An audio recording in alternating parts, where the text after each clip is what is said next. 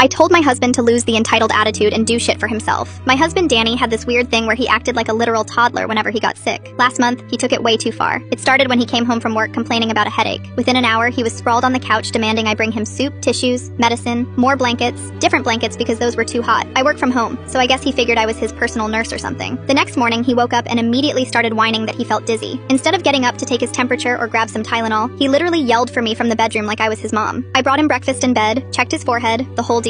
He milked it for 3 entire days. By day 4, I was exhausted. I'd been running up and down the stairs constantly, missing work calls to bring him snacks, and he hadn't even said thank you once. That's when I noticed something weird. Every time I left the house for groceries or errands, I'd come back and find pizza boxes or takeout containers in the trash. So I decided to test him. I told him I was going to my sister's place for a few hours and needed him to rest. Instead, I parked around the corner and watched our house. 20 minutes later, Danny walked out looking perfectly fine, got in his car, and drove to meet his buddies at the sports bar. I sat there for 2 hours watching him through the window, laughing and drinking beer with his friends like he wasn't supposedly dying of some mysterious illness. When he got home, he immediately flopped back on the couch and started groaning about how terrible he felt. That's when I snapped. I walked into the living room and told him exactly what I saw. His face went completely white, then red, then he had the nerve to get defensive. He said he just needed fresh air and that hanging with his friends was part of his recovery process. I lost it. I told him to lose the entitled attitude and do shit for himself from now on. I wasn't his mother, his maid, or his personal assistant. If he wanted to fake being sick to get out of responsibilities, he could handle his own fake recovery too. He tried to argue that he really was sick and that I was being unsupportive, so I grabbed his phone and showed him the photos his friend Jake had posted on